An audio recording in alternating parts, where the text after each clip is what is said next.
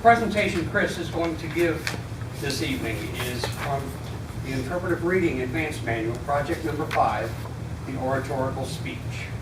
The goals of the project are, first, to understand the structure of an effective speech, and second, to interpret and present a famous speech.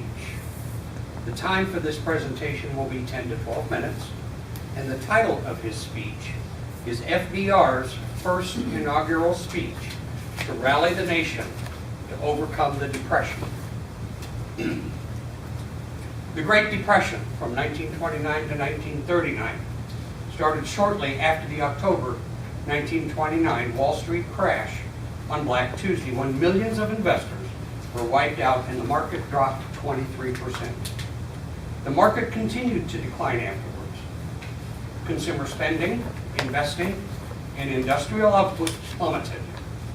After coming into office in March of 1929, President Herbert Hoover presided over the first 4 years of the Depression, telling the nation the crisis would run its course and the government should not intervene.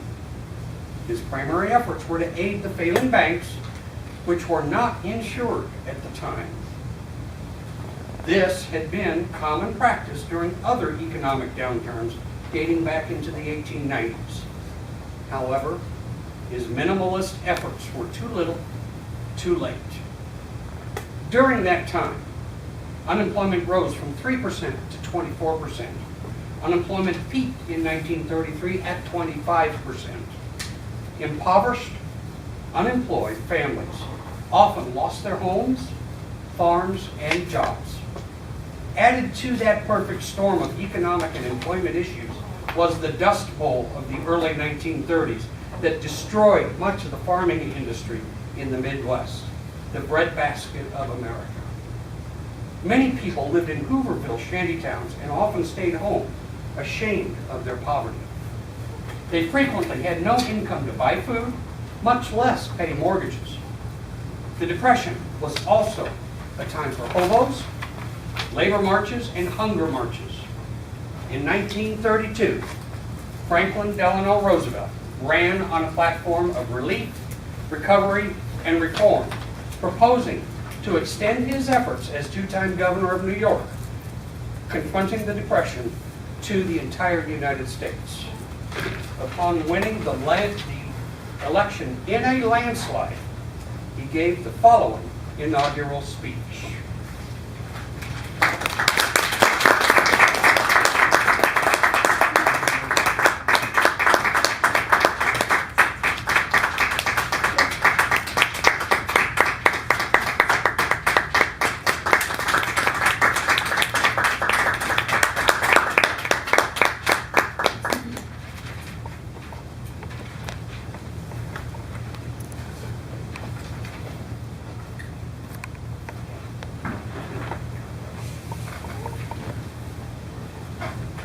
President Hoover, Mr. Chief Justice, my friends, this is a day of national consecration. I am certain that on this day, my fellow Americans expect that on my induction into the presidency, I will address them with a candor and a decision which the present situation of our people impels. This is preeminently the time to speak the truth, the whole truth, frankly and boldly.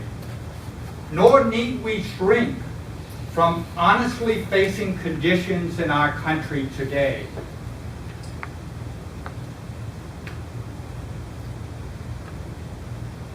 This great nation will endure as it has endured, will revive, and will prosper.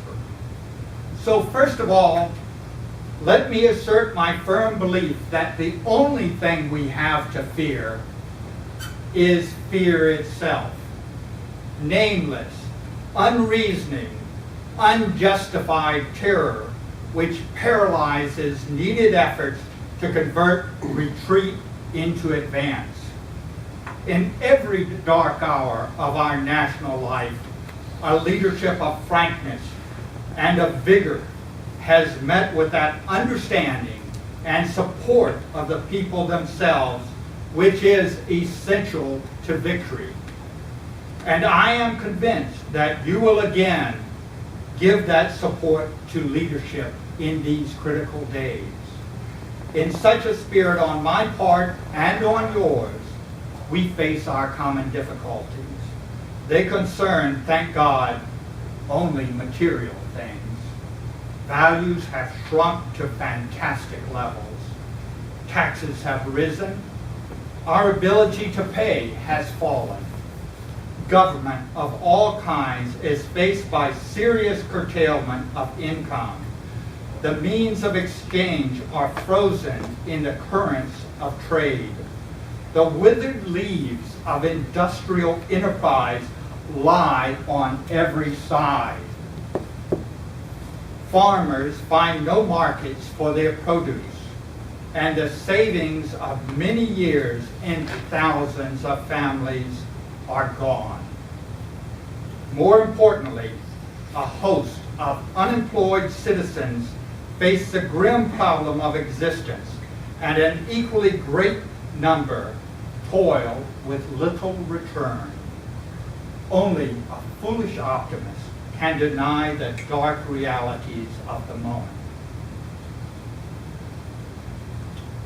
And yet our distress comes from no failure of substance.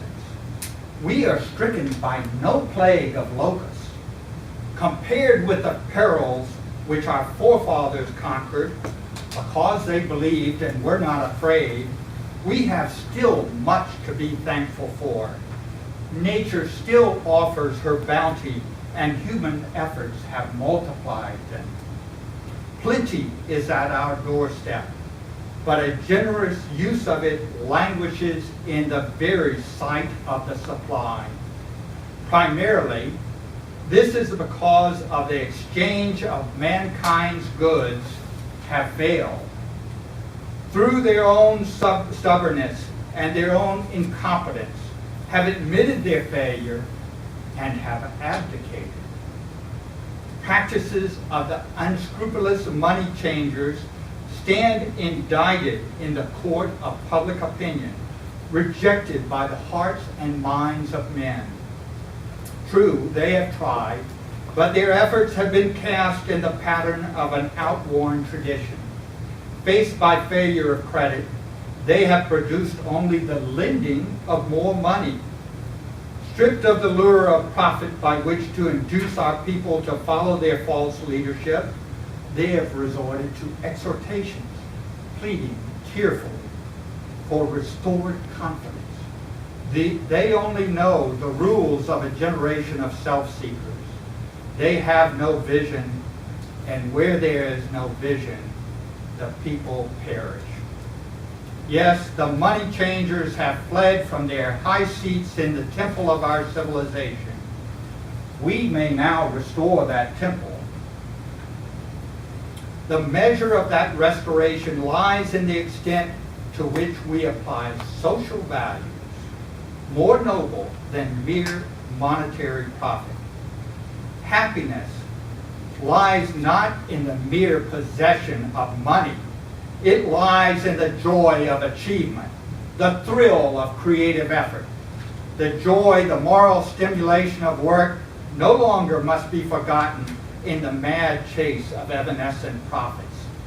These dark days, my friends, will be worth all they cost us if they teach us that our true destiny is not to be ministered unto, but to minister to others, to our fellow men.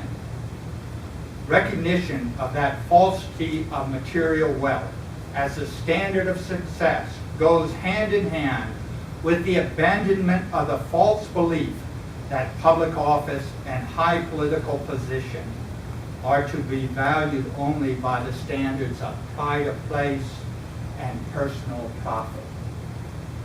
And there must be an end to a conduct in banking and in business which too often has given to us a sacred trust, the likeness of callous and selfish wrongdoing. Small wonder that confidence languishes, for it thrives only on honesty, on honor, on the sacredness of obligations, on faithful protection, and on unselfish performance.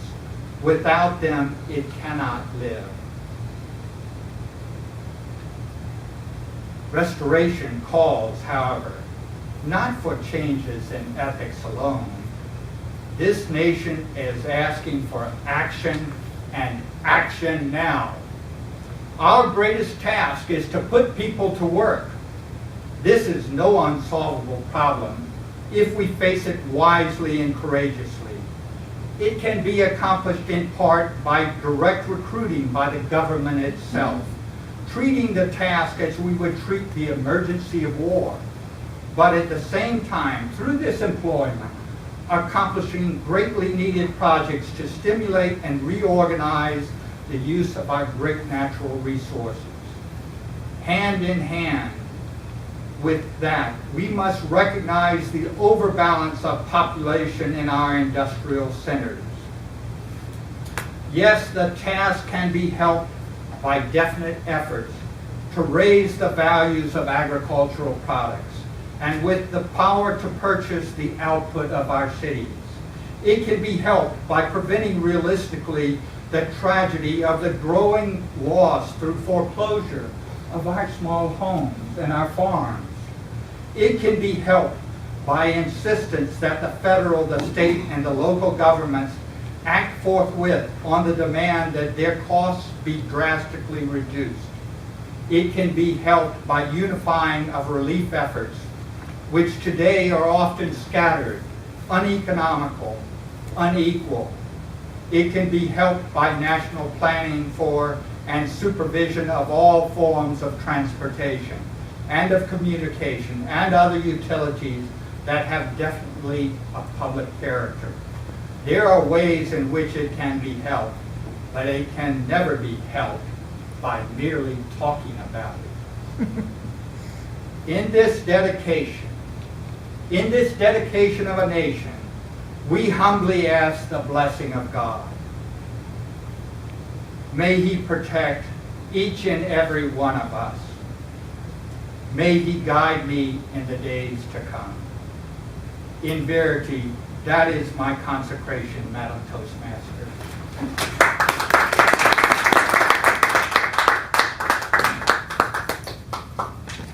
A powerful delivery, Chris. Thank you.